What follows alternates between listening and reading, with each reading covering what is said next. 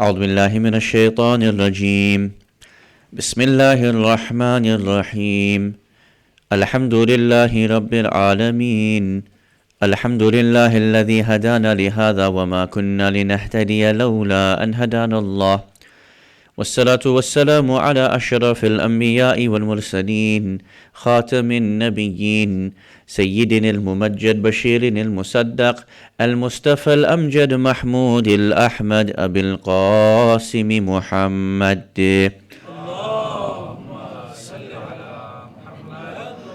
وعلى أهل بيته الطيبين الطاهرين المعصومين ولعنة الله على الظالمين من الأولين والآخرين أما بعد فقد قال الله سبحانه وتعالى في كتابه المجيد وفرقانه الحميد وقوله الحق بسم الله الرحمن الرحيم ثم جعلناك على شريعة من الأمر فاتبعها ولا تتبع أهواء الذين لا يعلمون إنهم لن يغنوا عنك من الله شيئا وإن الظالمين بعضهم أولياء بعض والله ولي المتقين هذا بصائر للناس وهدى ورحمة لقوم يوقنون آمنا بالله صدق الله العلي العظيم صلوا على محمد وآل محمد.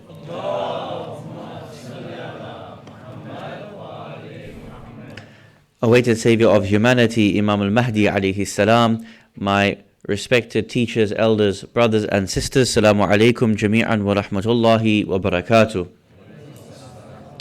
Welcome to our 8th discussion in our series looking at Islam in Britain and Britain in Islam, the decade 2020 to 2030. In the last couple of discussions, we have been looking at the challenge of the rise of the far right and the return of proto-fascism across the world.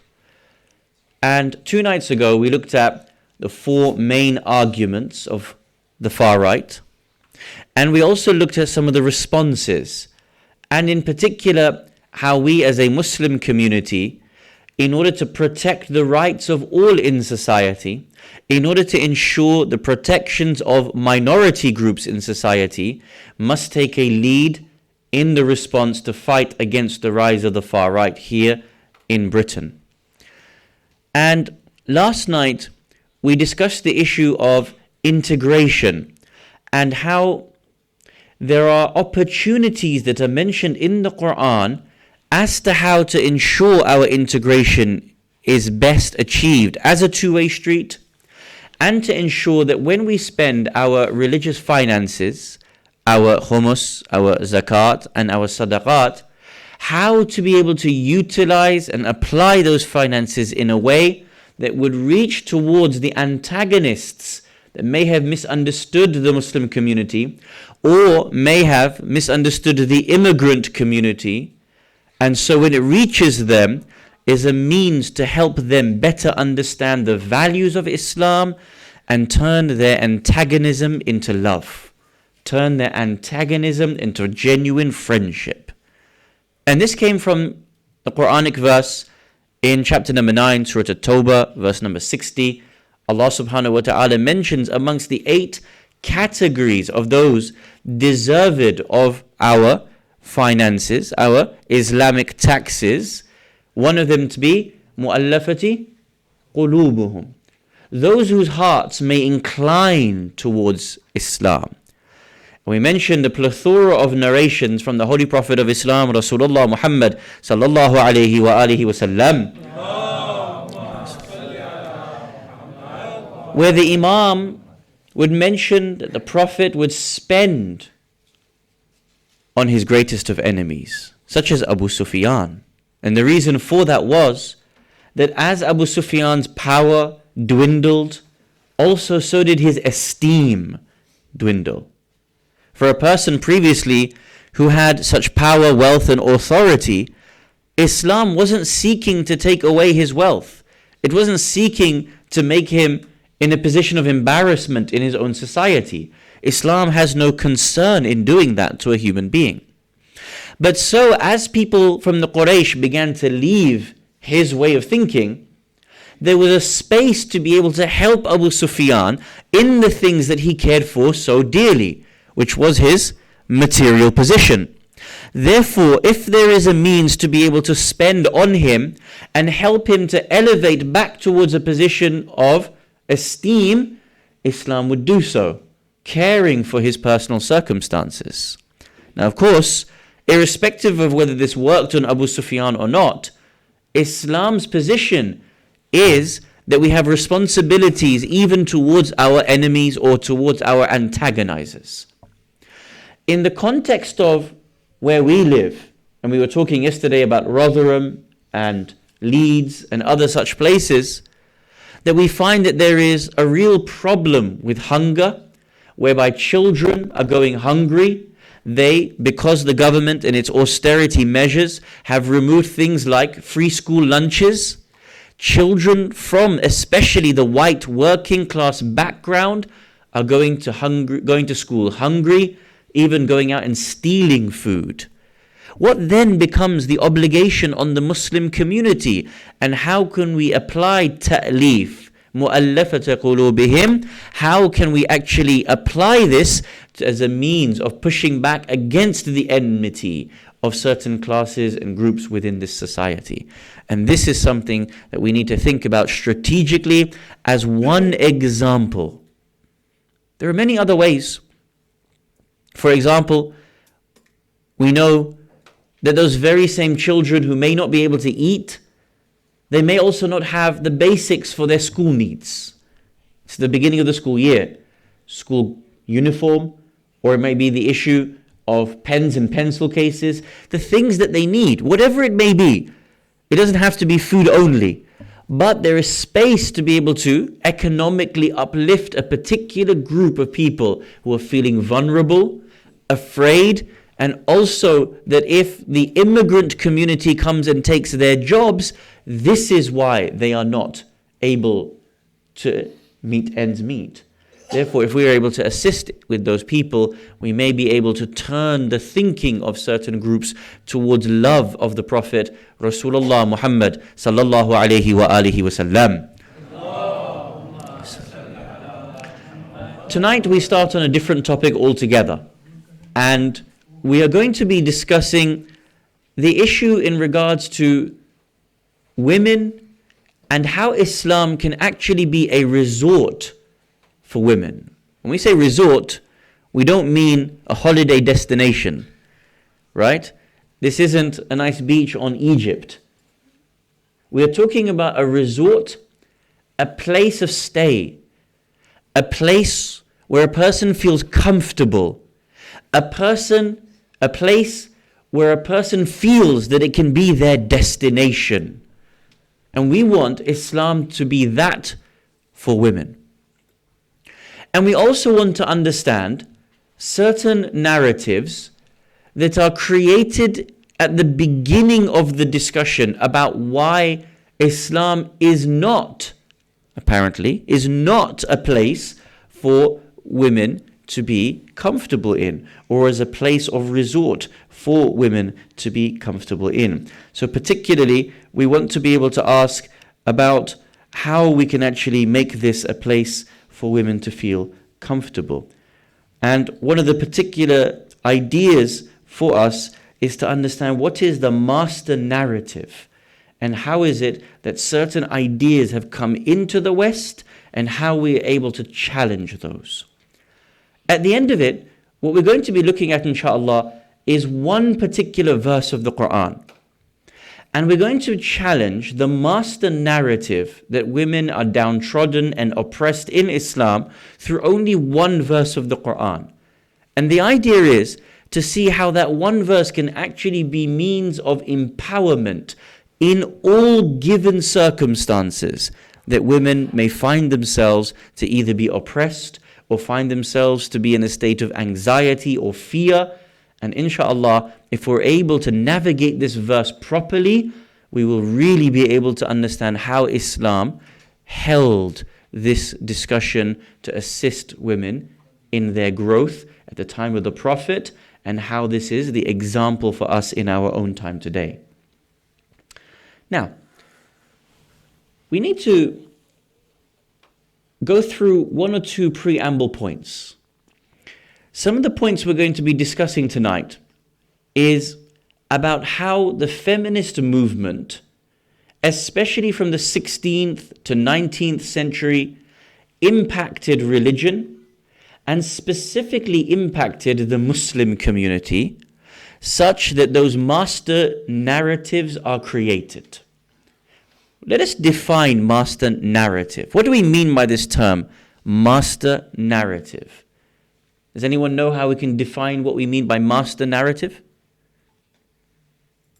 A master narrative are those highest level assumptions that create a way of thinking that feed down and inform everything else that you understand about that one particular subject. Every science has master narratives, and you will also see that over given periods of time, master narratives have always changed. There's a scholar, and we'll be talking about him a lot more tomorrow night, probably, by the name of Dr. Richard Bullitt.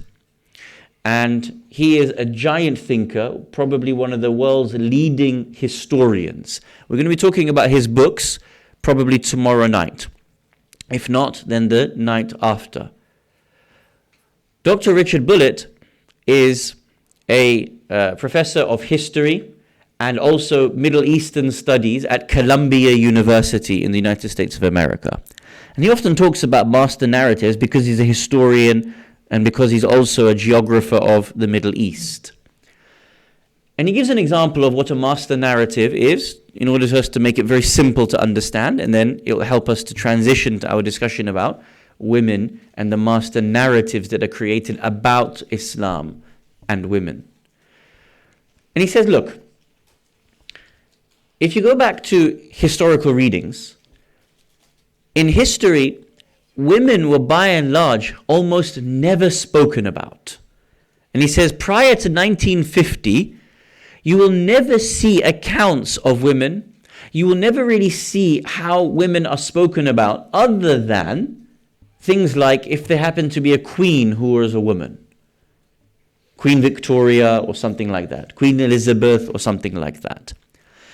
And he says only once the 1950s came and women themselves were able to start writing about history, they would then review the history and talk about history also from a woman's lens or from a woman's experience. But prior to 1950, very rarely would you find anything like that. So history was completely reconstructed by men for men. Only from 1950 onwards, at the level of the global understanding of women's roles in history, were women actually being included in the history itself. He gives another example. He says, I'm from a particular town in Illinois. You know the state of Illinois in the United States? He says, I'm from a particular town. He goes, all my life, I've been told that this town was built by two men. And eventually one day when I went back, you know they have like town museums that you can go and just read about the history of your own city and own town. He said, I went back and actually, much later, I found out that actually it was three men.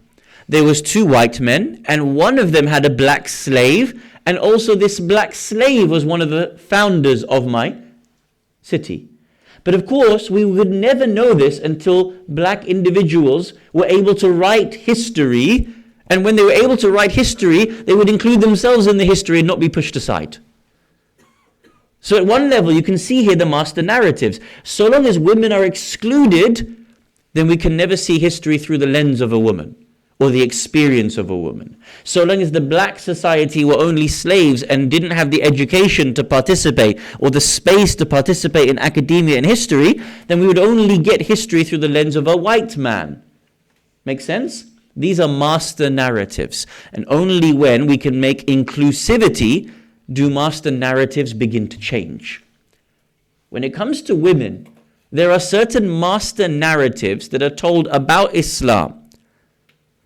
And we need to be able to know how those master narratives came about, what they said, and then the impact that they had on both Middle Eastern experiences, Muslim experiences, and Western experiences of the relationship between Islam and women, in order for us to understand how it's impacted them today and even impacted us today.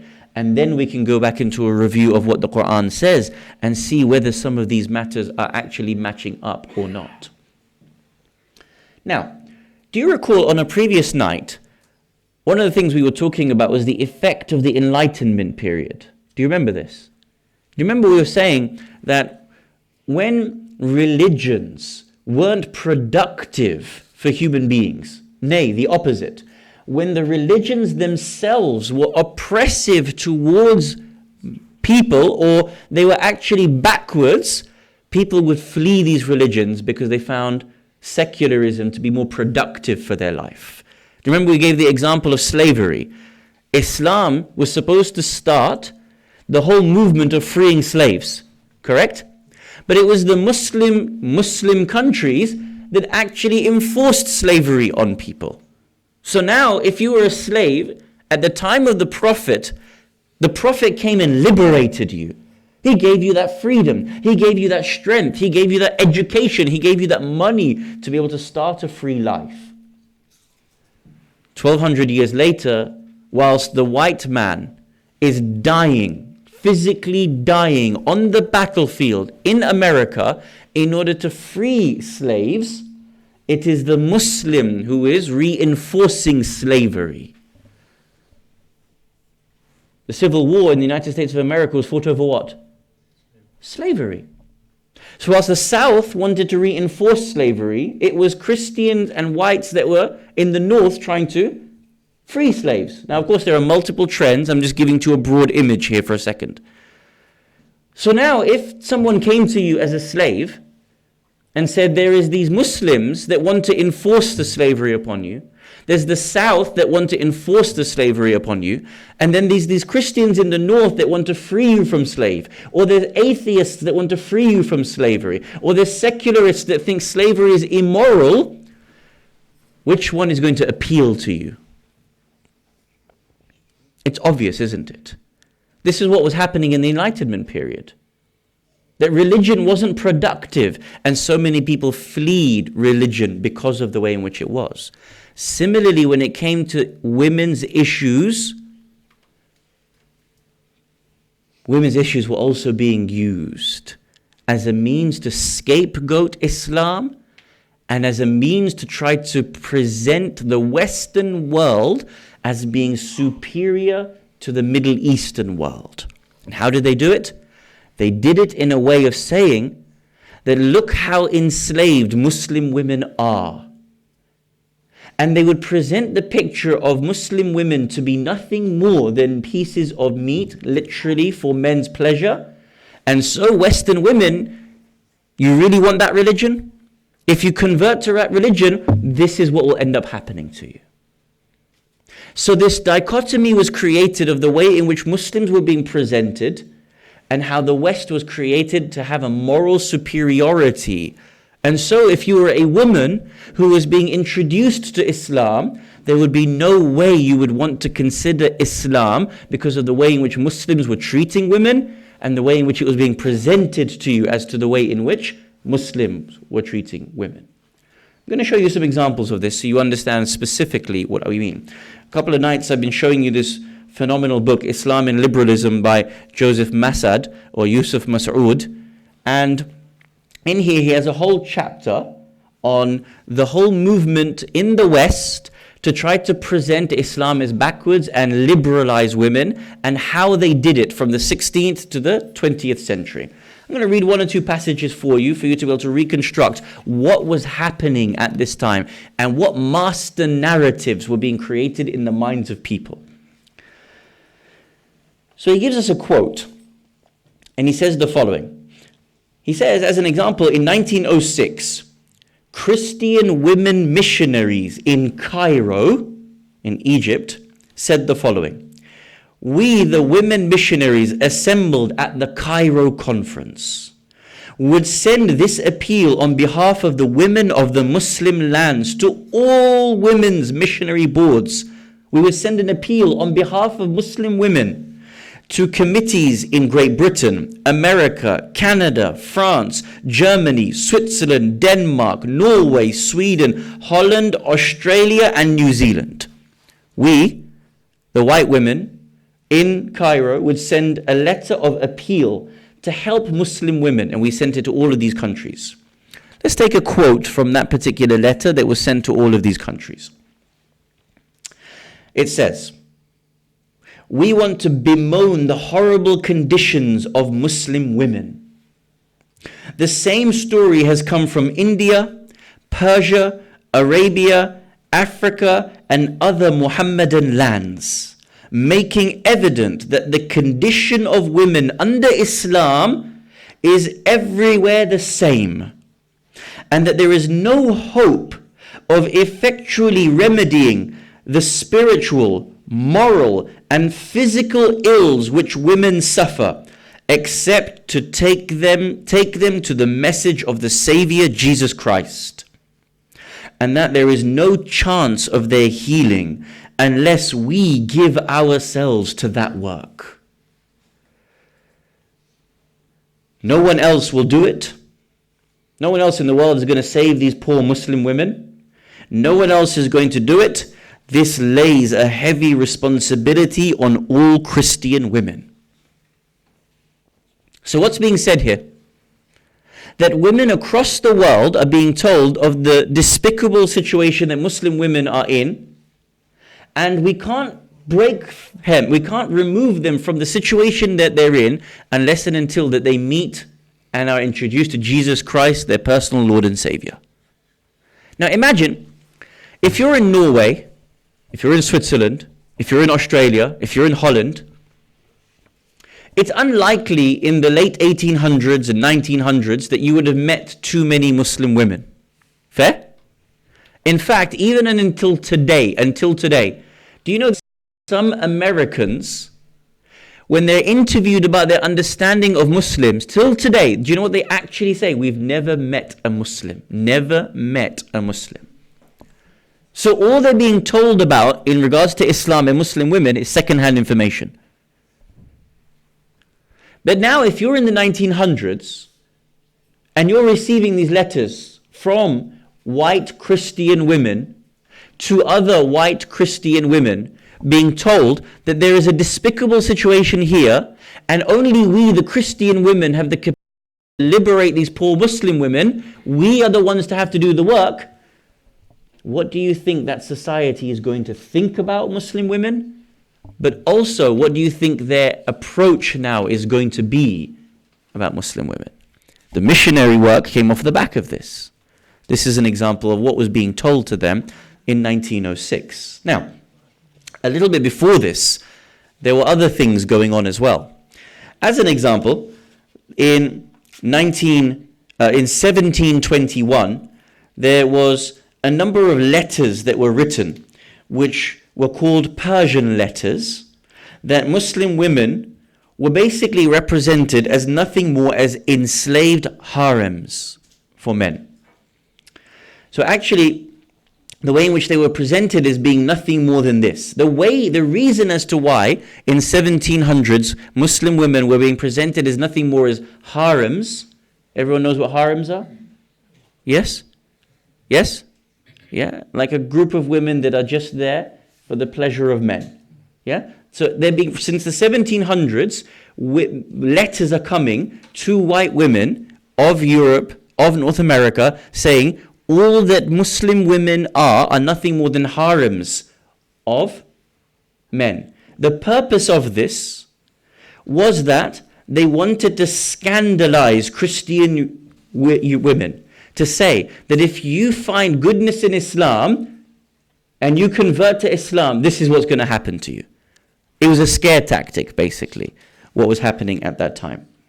So he says the following: such were the dominant views of Muslim women, which were first propagated by Orientalist European Christian male travelers of the 18th century, Andrea, one of the scholars, reviews this literature and how patriarchal male travel literature was deployed in order to limit the rights of European Christian women who were depicted as living in paradise, threatening them with the imagined slavery of Muslim women if they get out of line. If they get out of line. Meaning that if Christian women were to speak for themselves, if Christian women wanted to have any sort of liberation, we threaten you that you end up like Muslim women, enslaved harems of men. So you can see here certain narratives that are being created about how women are treated in Islam. This is the first thing. Second thing is to show you a certain slide, or a couple of slides, to be able to appreciate a second trend that was going on in regards to how women were thinking and how women were being treated at that time. Second slide, inshallah. So if you remember, I mentioned to you on a previous night about feminism. And I mentioned that there's 3 or 4 waves of feminism. And that the first wave of feminism believed that the only way we could have freedom as women was if we got rid of God and religion. Why? Because it was God that instituted our slavery. How so? As example, as you know, in the Christian theology, women are created from what? The rib of the man. Whose fault is it that Adam fell? Eve's fault. So here, woman initially in her creation is secondary to man. And the reason why we're all stuck on this planet and not all chilling in heaven and enjoying all those, rivers of honey and lakes and whatever else that it might be there is because of women. Obviously, Islam doesn't believe this. But that was what was presented in Christianity, correct? So white women in this movement were saying, it's God himself that has actually enslaved us. It's Christianity itself that is causing us to be oppressed. Therefore, in order to get rid of our oppression, we need to disbelieve in God and we need to remove Christianity. This was the first wave of feminism. All of feminism was initially built off this idea that in order to get freedom and equality and equity, we had to destroy religion. Let me prove it to you and show you their own statements in the history of feminism itself. Is it up there? Ahsantum. So as an example, I'm quoting to you from Susan B. Anthony. In 1820 to 1906 she lived, and she says the following: the worst enemy women have is the pulpit. Now, of course, here she's talking about the Christian pulpit. But she would universalize this, that this is, all pulpits are there to essentially oppress women. The worst enemy women have is in the pulpit. I cannot imagine a God of the universe made happy by my getting down on my knees and calling him great. So where's the rejection? God and religion, isn't it? Why? Because apparently religion is that tool to enslave and oppress women. Next slide, inshallah. As another example of one of the great early feminists, Helen H. Gardner, she states in her writings, this religion and the Bible require of woman everything and give her nothing. They ask her support and her love and repay her with contempt and oppression. Every injustice that has ever been fastened upon women in a Christian country has been authorized by the Bible and riveted and perpetuated by the pulpit. Thank you, Sayyid. So we have 3 things going on here, don't we? Number 1, that Islam and the way in which it treats women is being presented to the Western world as being oppressive. And that Western women have to come and save Middle Eastern women. Number 1. Number 2, it's a scare tactic. If you convert out of your Christianity, if you get out of line and ask for any rights, if you try to get votes, if you try to be able to inherit anything, if you want your suffragette movement, you'll end up like Muslim women, enslaved in a harem for men. Number 2. And number 3, the counter trend was religion itself is the problem. Therefore, if you want to be liberated, you need to liberate yourself from God and religion. these are the three master narratives that were created about women and Islam. And so the whole of the Western world were told these three master narratives, and that's what they understood about women and Islam. The problem was that for most of it, it was true. The way in which men treated women, and the way in which until today men treat women, it was still true. And so both Muslim women didn't find space with Islam, the way in which it was being preached to them, and Western women didn't find comfort, resort in Islam because of the way in which it was presented to them. I saw a tweet today, and it was really interesting to me. And a young male tweeted out an experience that he has. And he says, I'm talking to a young lady for marriage. And I asked her, what is the one thing that you need from me? What's the one thing that you really are asking for me from this marriage? You know, when you get together, you talk, you want to get to know your potential spouse. It's a good question, isn't it? What do you need from me? What are you afraid of? What do you want from this marriage? You know what she said? She said, all I want is a husband that doesn't have anger issues and won't flip out, hit me, beat me if I do something. And then he tweeted and said, just imagine a woman in 2019 in the UK has to still say, the one thing I hope I don't get in this marriage is someone with anger issues, such that I'm going to be oppressed, physically abused, emotionally abused. That's where we are still. That's actually where we are. I remember I was conducting a marriage discussion in New York. So this isn't India, this isn't Kenya, this is New York. You can't get any more cosmopolitan, any more progressive than New York. I don't mean that in a bad way to the Jamaat there. Yeah, I just mean that that's the the big apple of the world. The sisters, when we were asking them about your fears for marriage and the issues that you're finding are continuously cropping up in your community, you know what they said? They mentioned two. I won't mention the second because it's not relevant right now. But you know the first thing they said? That we are now encouraged as young women to become educated, right? We're encouraged to go to university, have a degree, have a good career. And it's often the case that we end up in a position which is either higher than our husbands or we end up making more money than our husbands. You know our biggest problem is that we're told go out and be independent, go out and go and earn, go out and have a successful career. The biggest problem we have is that there's an inferiority complex, that when we marry men, they feel inferior because we've gone out and got an education. We're still there. That's still where we are as people. That these fears are still in our sisters. Surely we have to, by now in 2019, have managed to get rid of these practices within ourselves. Surely it's not befitting of us, either as individuals or as a collective, to still have these practices within us. So as much as these three trends were being told about Islam, that Islam is oppressive, that Islam itself does this, that the community does this, that you have to get rid of religion in order to say how much of the experience of that is also true has to be questioned as well.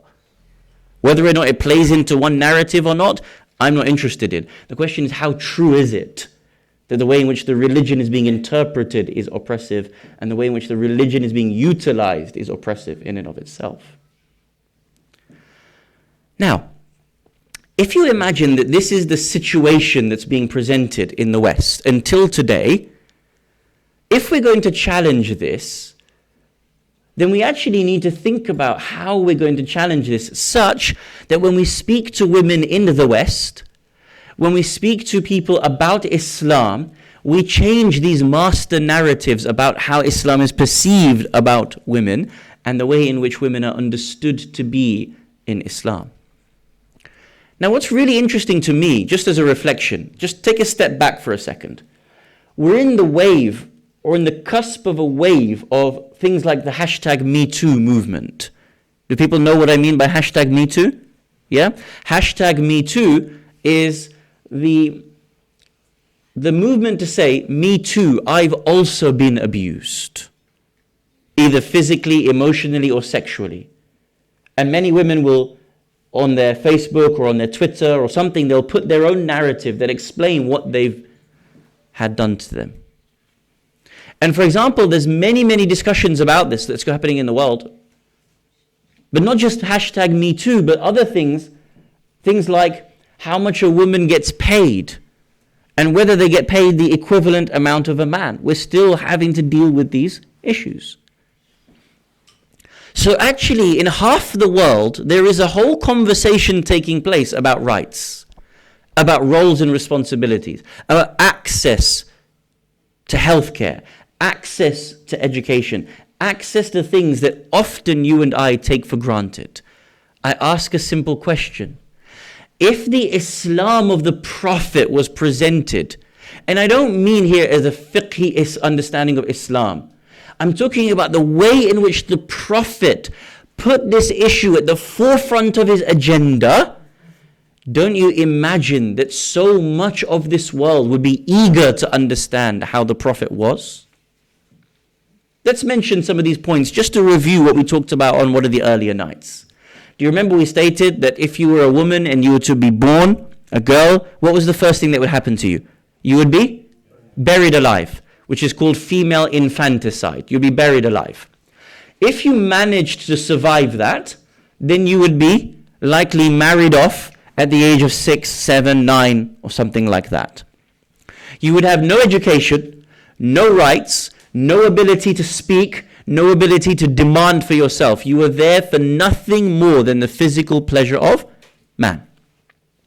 If you managed to survive that, and your husband then had a gambling debt, the culture would be that men would then sell their own wives off temporarily into prostitution to pay off their own gambling debts. Remember, it's not me that says this. This is what the Quran and the Ahadith say.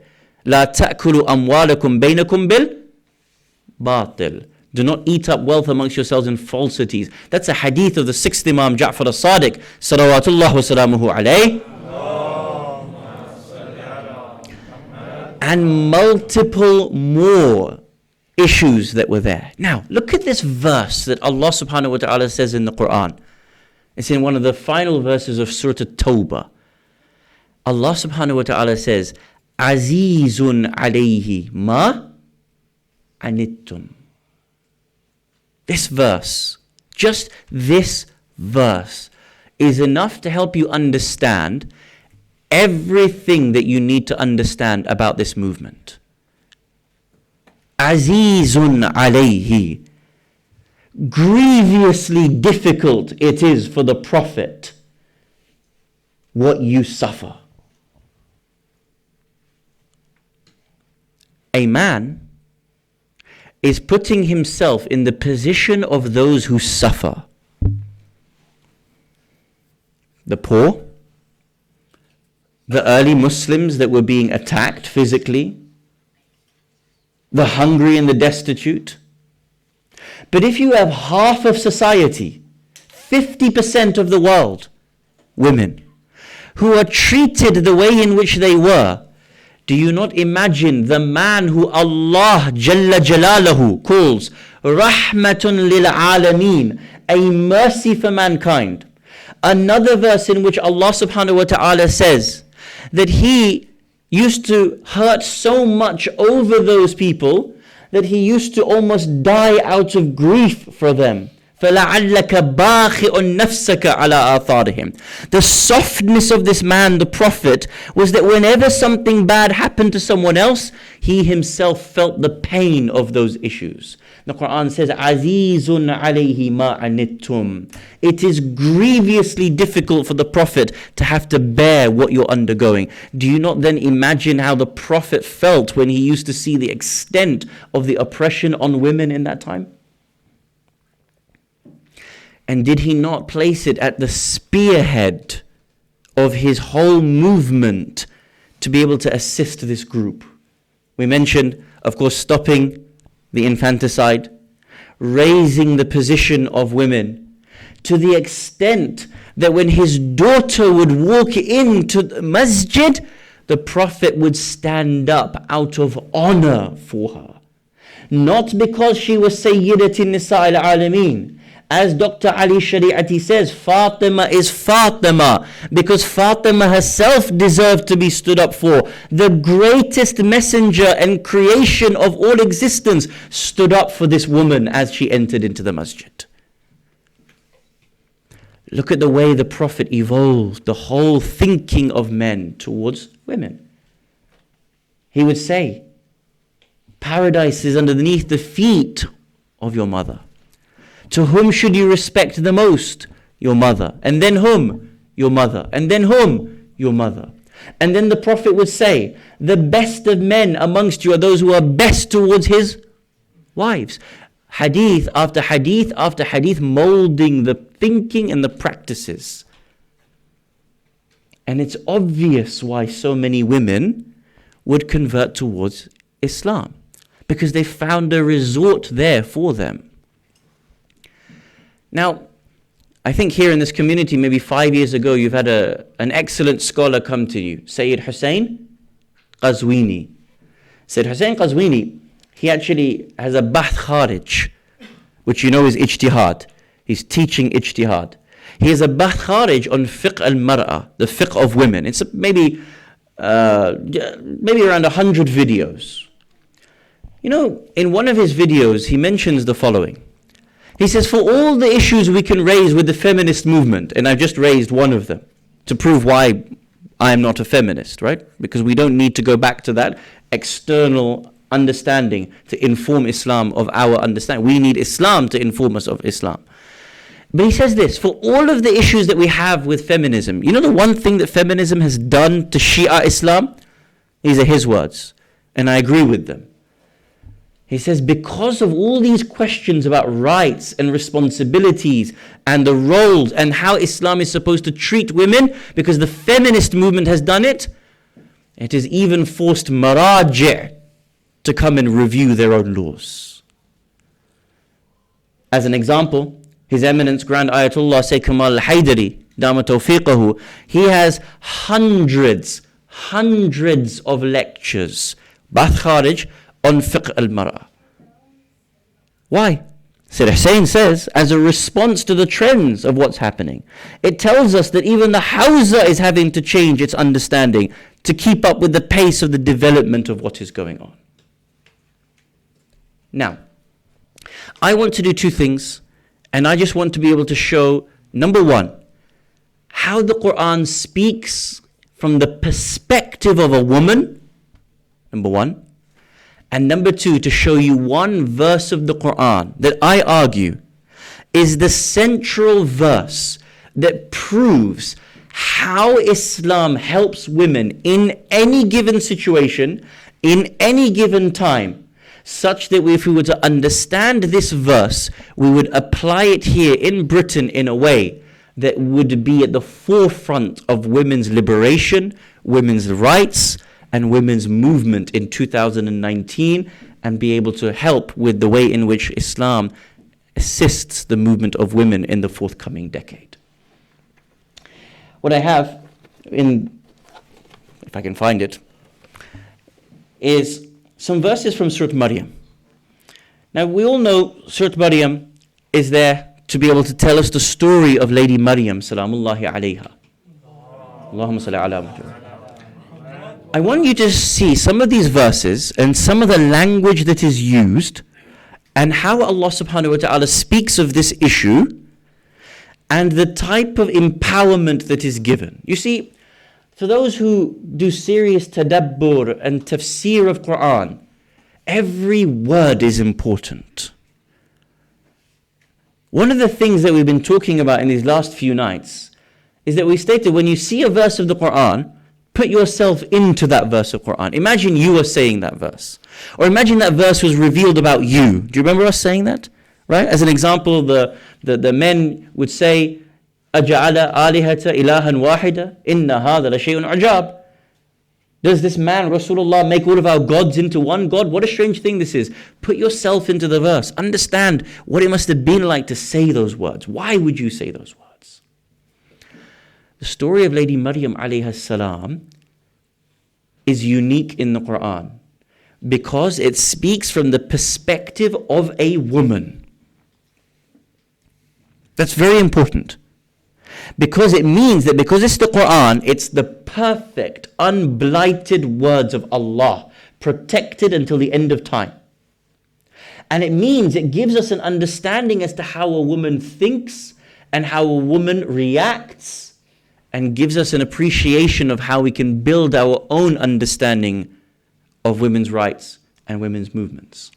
Have a look at some of these verses with me, inshallah. For example, from verse number 16 in Surah Maryam. Allah subhanahu wa ta'ala mentions the following. Bismillahir Rahmanir Rahim. وَاذْكُرْ فِي الْكِتَابِ مَرْيَمْ.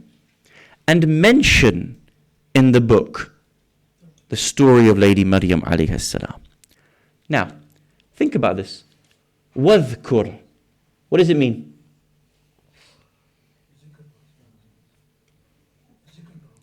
Do the dhikr. Mention. Talk about it. It's a fi'l amr. It's a command, isn't it?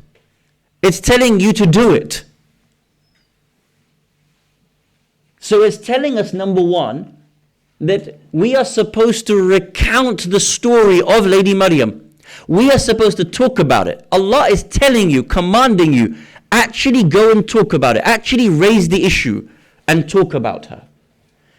We end up doing things like, once a year, as a token gesture, when it comes to the 25th of December, maybe, just maybe, if the khatib has any sense about him, he may end up talking on the Jum'ah khutbah about how we have some similarities about Lady Maryam alayhi salam.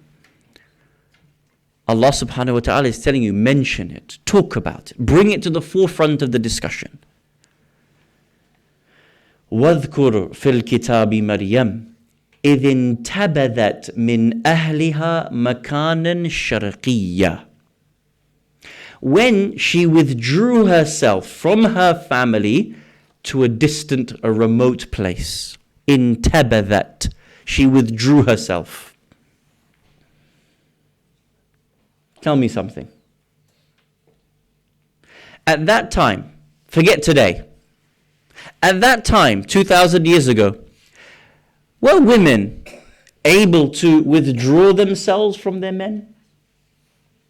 Take themselves out of their initial place and go somewhere? Even today, if you ask, can women actually have the freedom to go and do something? We will see that often there is no freedom. Correct? Can she go to university? Can she make her own decisions? Lady Maryam alayhi salam in the Quran, she withdrew herself from her family in order to go to a remote place. What does that tell you? Allah subhanahu wa ta'ala is speaking here about the empowerment, the decision making of this great lady to be able to do something for herself. إِذِ انْتَبَذَتْ. When she withdrew, مِنْ أَهْلِهَا. From her family, مَكَانًا شَرْقِيًّا. To a remote place. فَاتَّخَذَتْ مِنْ دُونِ حِجَابًا. Where did she go? She went to the temple.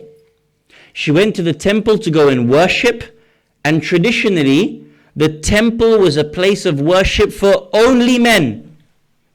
Only men. Women were not allowed in there, let alone worshipping in there, let alone staying in there. It was a man-only world. What is Allah subhanahu wa ta'ala telling you? Not only that women are allowed to, but she herself took her to that place, in a place where conceivably was normally only for men, and she placed herself in that place. فَاتَّخَذَتْ مِن دُونِهِمْ حِجَابًا. So she took for herself a hijab. Now it doesn't mean hijab scarf. It means a barrier between the men and the women. What do you take from this? Do tadabbur of the Quran with me. What do you take from this? That she took for herself an extra layer of hijab that was appropriate for her. Yes, of course she would have been fully covered. But she was going to worship. So she took for herself a space that she could have for herself, breaking the practices of the men, that this is only a space for us, it's a boys' club, it's a men's club, women don't get to sit in there. She broke the norms of her family, she broke the norms of her community, and then to protect herself and her dignity, she took an extra layer of hijab where she took like a curtain or a veil between herself and the men. فَاتَّخَذَتْ مِن دُونِهِمْ حِجَابًا فَأَرْسَلْنَا إِلَيْهَا رُوحَنَا فَتَمَثَّلَ لَهَا بَشَرًا سَوِيًّا. So we sent to her, Lady Maryam alayhi salam, ruhana, our ruh. Who is our ruh?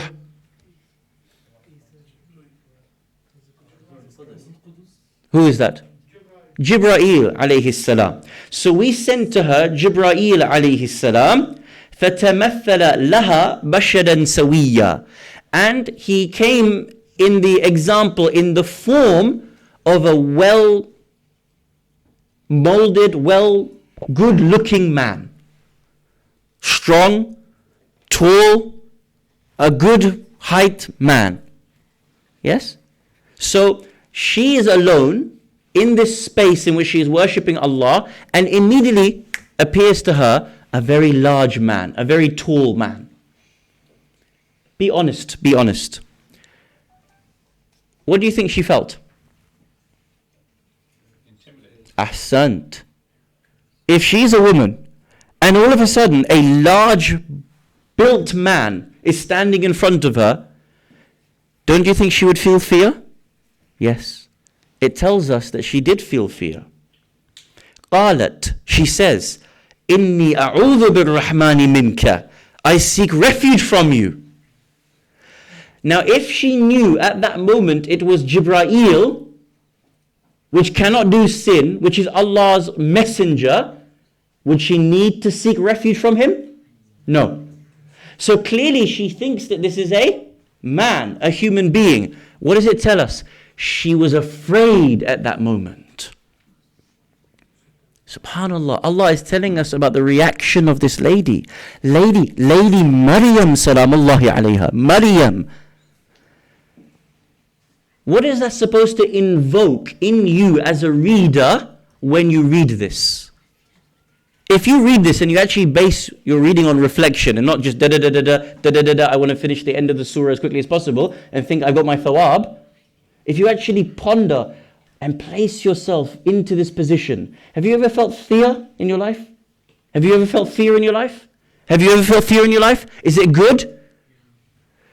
Now what are you supposed to be understanding from this story when the Sayyidah of Nisa'il Alameen of her time has fear put into her? What are you supposed to be taking away as a man when you read this? Why shame? That my gender is responsible for making half the gender feel afraid. Yeah. Not even shame, but I wouldn't want Her Eminence, Sayyidah Maryam alayhi salam, to ever feel fear, would I? Would you? I wouldn't want any woman to feel fear because of me. You know women today? You know what women today have to go through? Ask them on the drive home when you sit with your wives, your daughters, your mothers. When they walk out at night, the fear that they have. They tell them, put on a ring, even if you're not married, put on a ring so it looks like you're married. Be on the phone, pretend to be on the phone so you don't get attacked. Do you know that's the kind of advice that women get in this country until today? Let alone what happens in India. Let alone what happens in Pakistan. Look at what the Quran is telling us. Sayyida Salamullahi alayha felt fear because of a man. What did I tell you earlier on about that tweet? That man asked his potential future spouse, what's the one thing you're afraid of when you get married? I'm afraid I'll end up marrying a man who makes me afraid. The Muslim who reads this verse would be ashamed to make a woman afraid of him. قالت إني أعوذ بالرحمن منك إن كنت تقيا. If you really have taqwa, I really fear. I'm reminding you that you do have taqwa. Fear God, so that I don't have to have any fear of you. قال إنما أنا رسول ربك لأهب لك غلاما زكيا. And then Jibreel begins to talk to her and tell her that Allah is going to give you Isa alayhi salam. And there's much more. But what am I saying here? Number one, Maryam alayhi salam, she took herself out from her family. She defied her family norm. Allah didn't say anything negative. She defied the cultural norm. Allah didn't say anything negative. She was there worshipping, and a man came towards her. She feared because of a man. Allah is telling us the story of a woman from a woman's perspective, so that we're able to understand and actually change our own behavior and how we think about women and how we would treat a woman off the back of this. I'll tell you this, and I say this wherever I go, and I don't care, I do not care who dislikes this statement. I am ashamed of the Shia that cries over Umar ibn al-Khattab beating Fatima, and then that Shia has the audacity to go home and beat his own wife. And any man that does that has the audacity to cry over the dhulm, the madhlumiyya of Sayyidah Zahra alayha salam, and then goes home and does that to his own wife, shouldn't bother crying over the madhlumiyya of Lady Fatima. What tears are you crying? What tears are you crying? And any man that then goes home having cried over the slaps that Khuli and Shimr give to Ruqayya and Lady Sakina, and then goes home and does the same thing to his own children, I am ashamed of you as a Shia. What tears are you crying? Really, what tears are you crying? Have you bothered to listen to the story, or are these all crocodile tears?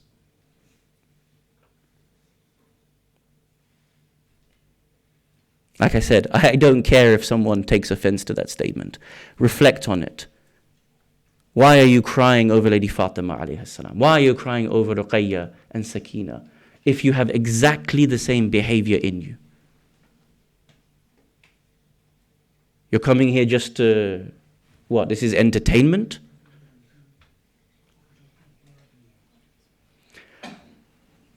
The whole of this story in the Quran is there to awaken us to the reality. One last verse I want to be able to show you, and this is the kicker. If we understand this verse, I believe we are able to change the way society is through the lens of Islam and the empowerment that Islam gives to Muslim women and to all women. Say it, is the verse up? Is the next slide up, inshallah?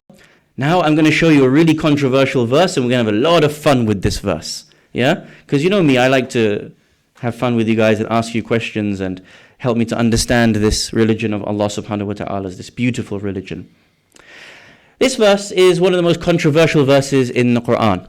When I say controversial, obviously there's no such thing as controversy in its real sense, but it's only the lack of my own thinking that makes something controversial. Allah subhanahu wa ta'ala says in Surah Al-Baqarah, verse 282, Bismillah ar-Rahman ar-Rahim, وَاسْتَشْهِدُوا شَهِيدَيْن مِنَ الرِّجَالِكُمْ فَإِنْ لَمْ يَكُونَا رجلين فرجل وامرأتان ممن ترضون من الشهداء أن تظل إحداهما فتذكر إحداهما الأخرى. And call to witness 2 witnesses from amongst your men.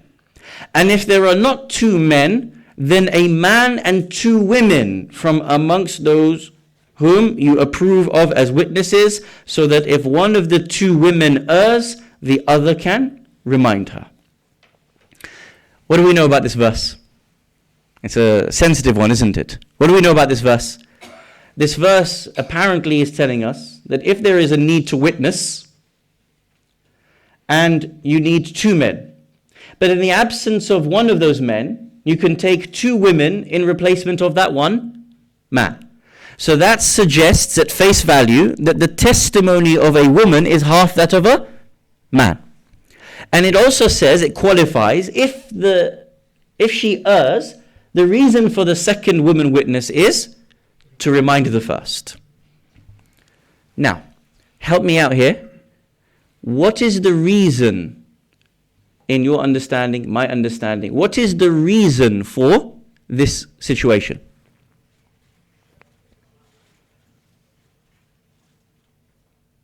What do we normally think of when we get... Why is it that we need 2 women for every 1 man witness? What's the reason for it? Is it that she doesn't have the same intellectual level? Is it that just her testimony in and of itself is worth half of a man? What's the reason in your minds? The society problem, the misconceptions in society? Ahsant. So I'm going to show you one of the maraji', may Allah bless him, and his commentary on this. Next slide, inshallah. And I put the original from his tafsir, and I've written the translation as well for you. So, he says the following. Perhaps the emotion and tenderness, atifa, perhaps the emotion and tenderness overcomes her in her testimony, deviating the woman from the line of justice in witnessing and taking her astray from her guidance. So because she has this softness and tenderness and emotion, it may be that when she gives testimony, she will deviate from the truth. She will deviate from what's 100% correct, from the line of justice, taking her astray into misguidance. This is a traditional understanding.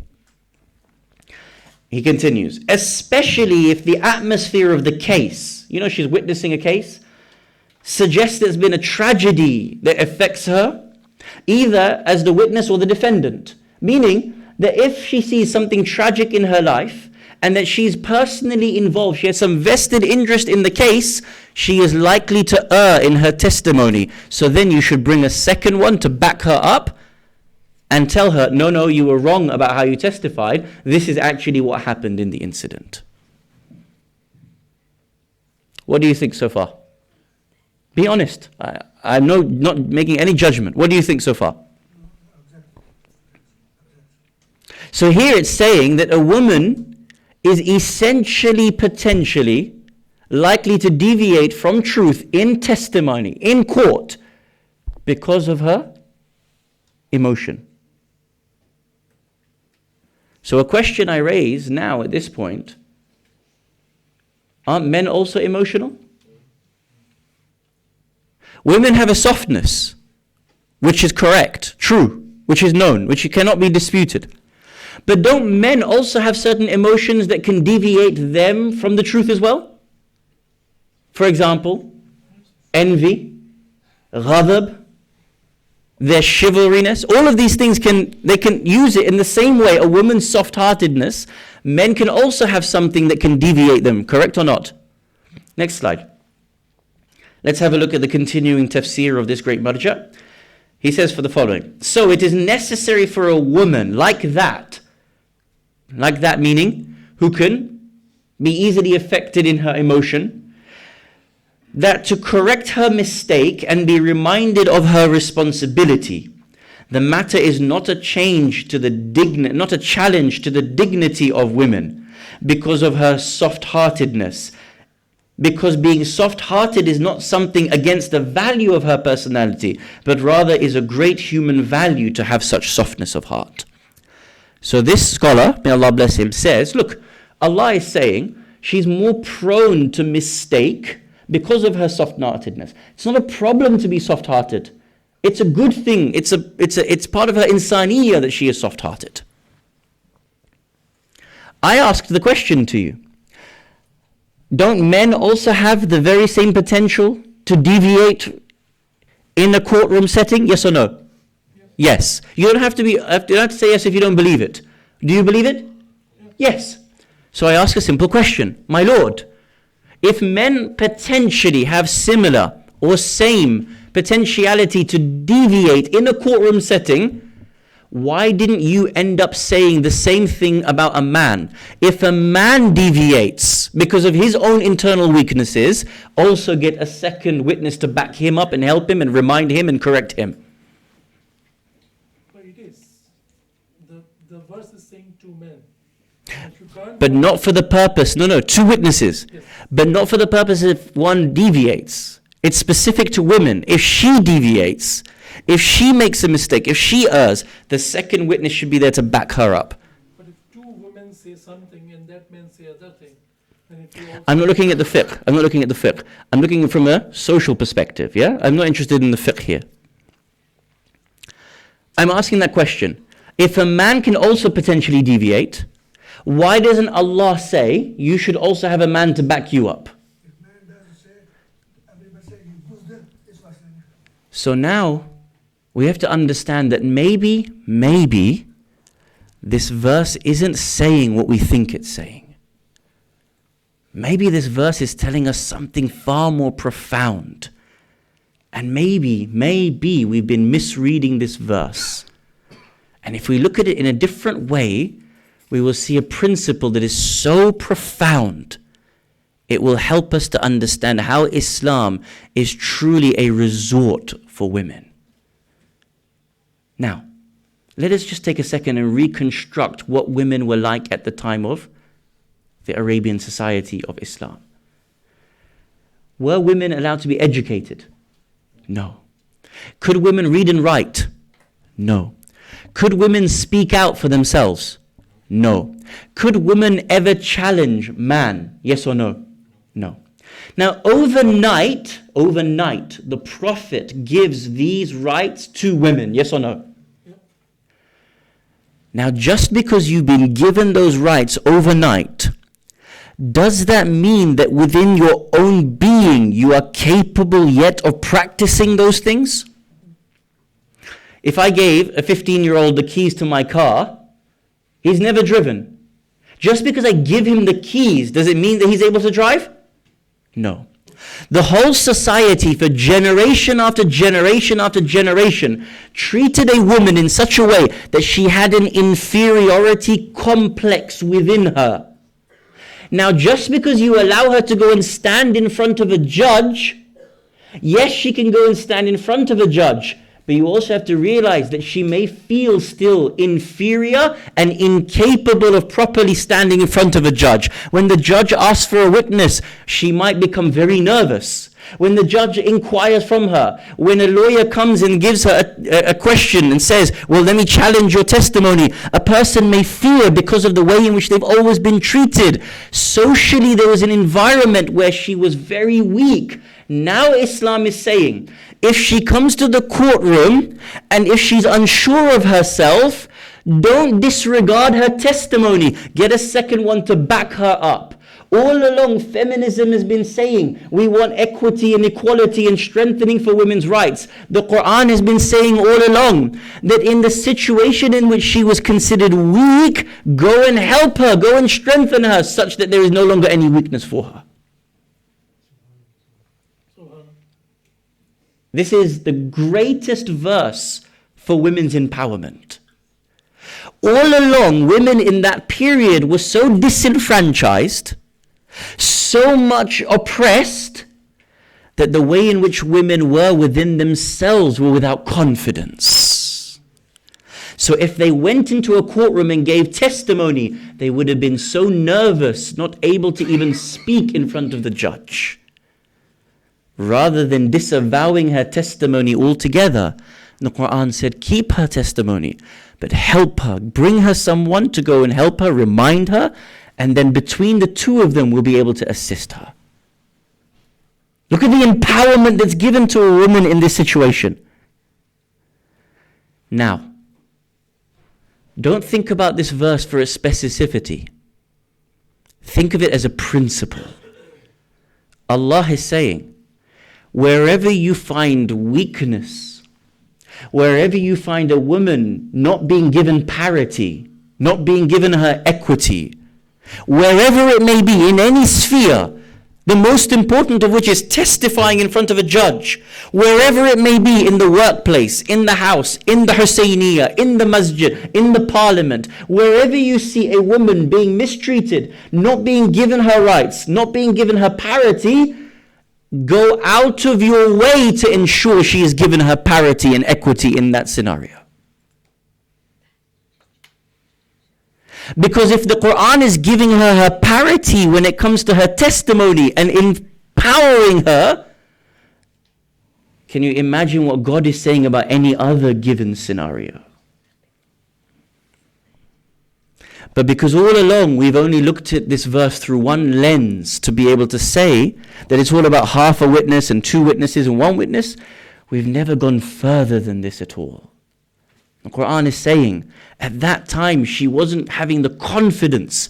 Help her such that it can raise her to remove her inferiority and give her parity in that. Today, if we understood this, whichever scenario it may be, whichever space a woman may be mistreated in, downtrodden in, oppressed in, this principle is telling us, go and give her her empowerment, and this is how Islam would lead the discussion rather than having to follow feminist movements. It would take the power for women and help us to understand. When you read Surah Maryam, read it through the lens of Sayyida Maryam alayha salam. When you see these verses, don't just look at it so blindly. Understand what was going on at the time of the Prophet. Apply it till today and realize if we were to make this a resort for women, half the world could feel comfortable with Islam, and how many of them would pledge their love towards this religion that is empowering and assisting them in every stage of their life.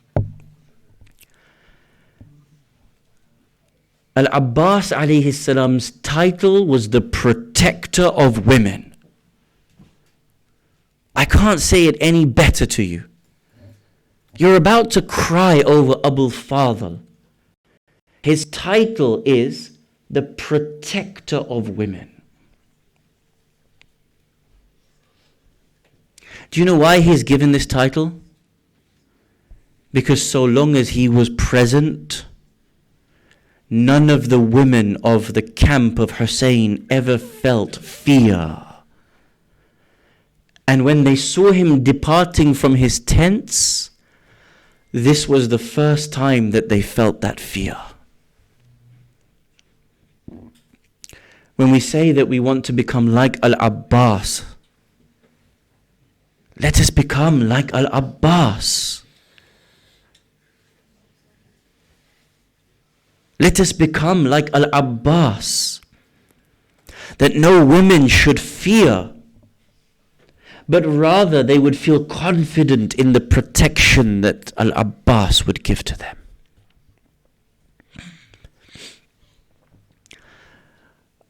When Al-Abbas alayhi salam was born into this world, he was born into this world for that purpose of defending Hussein salamullahi alayhi. We are told in the Maqtal that when the body of Imam al-Hasan alayhi salam was being taken to be buried next to the Holy Prophet,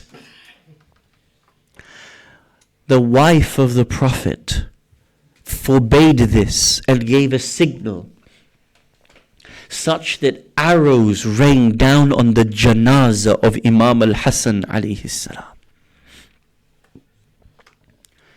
70 arrows, such that they needed to return to perform the ghusl and the kafan of Imam al-Hassan. The narration says, when Al-Abbas saw this tragedy unfold in front of his eyes, he immediately put his hand on his sword, ready to attack those that dared abuse the body of Imam al-Hassan.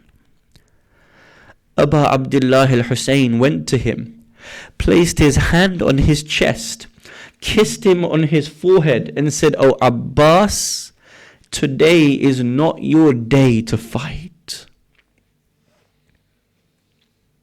Throughout the afternoon, Abbas would come towards Imam al-Hussein and say, "Now is my turn to fight. Now I have been given the opportunity." And each time the Imam would refuse him from entering into the battlefield. After all of the martyrs had gone, after all the family members had been massacred, Abbas comes towards Abu Abdullah al-Hussein and says to him, "Oh my master, allow me." Imam responds again and says, "You are Sahib al-Liwa'i. You are the flag bearer of me, of my army. Oh Abbas, if you were to enter into the battlefield, who would be there to command my army?" To which we are told he responds by saying, "Oh my master Hussein, which army do you speak of? There is none left but you and I." At this point, Abbas uses the cries of the children as a means to be able to convince Hussein. At this moment, the children are crying out, "Al-Atash, Al-Atash, the thirst is killing us, the thirst is killing us." We are told that they used to run towards Abbas with their mashk or with a little bowl and say, "Abbas, is there any water that you can bring for us? Abbas, Asghar has gone quiet. Asghar is crying out. Now the thirst has overcome him. He has not even got the strength to cry. Oh Abbas, please, our uncle, is there any water that you can bring for us?" It is at this point Hussein says, "Oh Abbas, I allow you to go and bring water for these children." Our Dhakirin tell us that when Abbas begins to put on his armor, as he begins to adorn himself with his sword and his armor, Sayyida Zainab alayhi salam comes out to him and says, "Oh Abbas, do you remember that when our father was breathing his last, he would tell us about the events of the 10th of Muharram? I never imagined, I never understood how it would appear that one day I would be returned back to Kufa, enchained, there, a place where I was once held as a princess, that one day I would be held back in Kufa and that they would throw stones at me. I never understood how the day would come where they would try to sell me off as a slave in the marketplaces of Kufa. I never once imagined that they would throw fire at me. I never understood that they would come and abuse me. Until now, when I see you departing, now I realize these days have fallen upon Zainab." Al-Abbas, he has to enter into the battlefield. You can imagine what it must have been like for Ruqayya. You can imagine she must have gone to the tents of the children and said, "My uncle Abbas is going to fetch water. Asghar, do not cry any longer. Abbas is going to bring you water.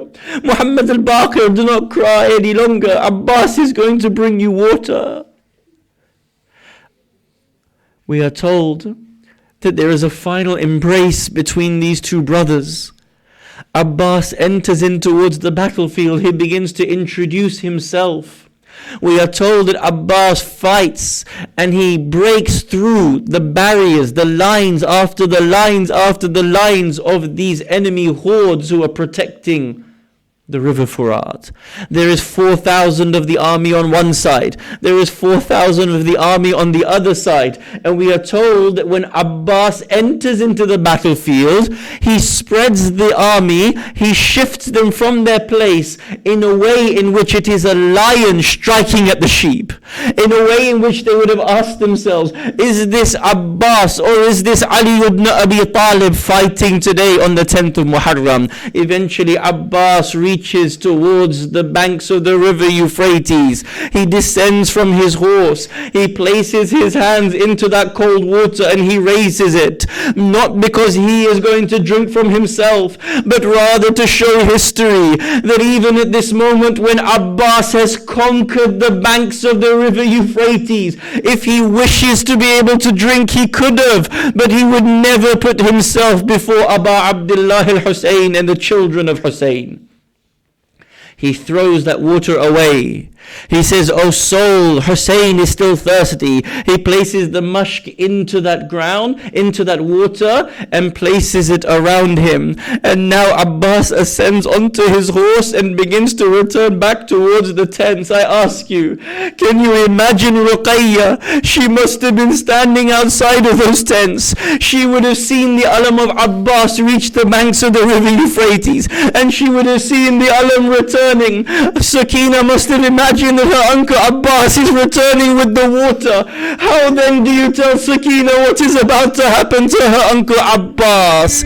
Umar ibn Sa'ad calls out. He says, "Stop Abbas from reaching the camp of Hussein, for if water reaches them, we will not be able to fight them at all." What do they say at this moment? As Abbas is going towards the camp, he is riding. It is said that he is fighting off men from the right and from the left. One man is hiding like a coward from the side. He comes towards Abbas from the right hand side. He raises his sword. He strikes the right arm of Abu Fadl Abbas. The arm of Abbas begins to fall off from his arms. At this point his sword even falls towards the ground. It is said now that he places that mushk towards his left and the liwa towards his left hand. Again a man comes from the left side and strikes the left arm of Abu Fadl Abbas. This also falls towards the ground. It is said now that again they call out, "Make sure that not a drop of water reaches the camps of Hussein." We are told that that battalion in which had 4,000 archmen, they are told, "Make sure that not a drop of water reaches." They fire hundreds of arrows towards Abbas. There are hundreds of arrows flying towards him, but there are 3 arrows that struck Abu Fadl Abbas that I want to tell you about. The first arrow is the arrow that struck Abbas in the chest. The second arrow is the arrow that struck Abbas in his eye. We are told that when he is struck in his eye, he is unable to see because of the blood. With his horse, he turns the horse in a way in which drives towards the enemies. But there is still a third arrow that goes towards him.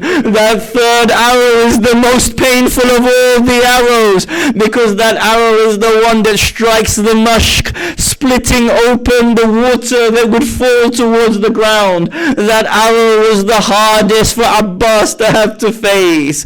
At this moment, he turns his horse towards the enemies. They begin to attack him with their spears. They surround Abbas. Abbas is hanging towards the horse. He is hanging off the edge of the horse. The narration says a man comes from behind. He takes the pole of one of the tents and strikes Abbas on the back of his head. The narration says that this strike is so powerful, it splits the head of Abbas open. It strikes him so hard that Abbas is forced to fall from his horse. You know this part of the Maqtal. One of the narrators said, one of the shuyukh said, "I recited the Maqtal of Abu Fadl.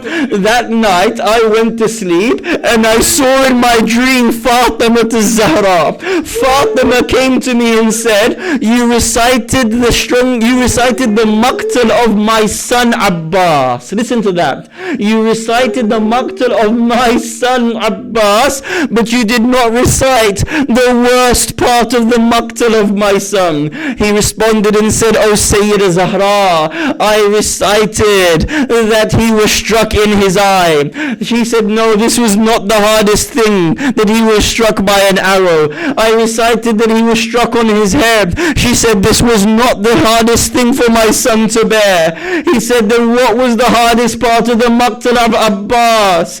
She said, when every other one of the martyrs fell from their horse, they had their arms to break their fall. My son Abbas's arms were cut from him, that when he fell from his horse, he fell onto his face. The arrow was already in his eye, and it went further into the eye of Abu Fadl Abbas.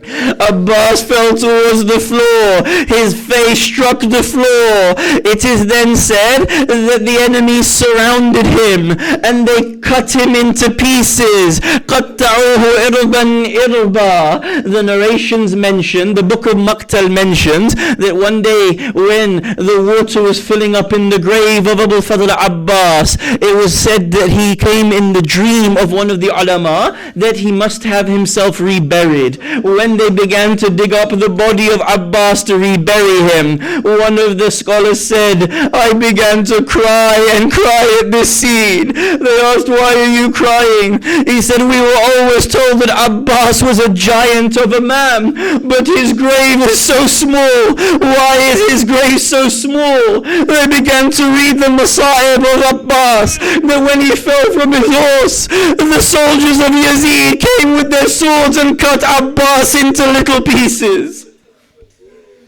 When Hussein sees this scene, he calls out, now my back has become broken. Oh Abbas, how do I live without you after this? Hussein comes towards Abbas. Look at the scene that Abbas is in at this moment. He comes, the narration says that he lifts the head of Abbas onto his lap.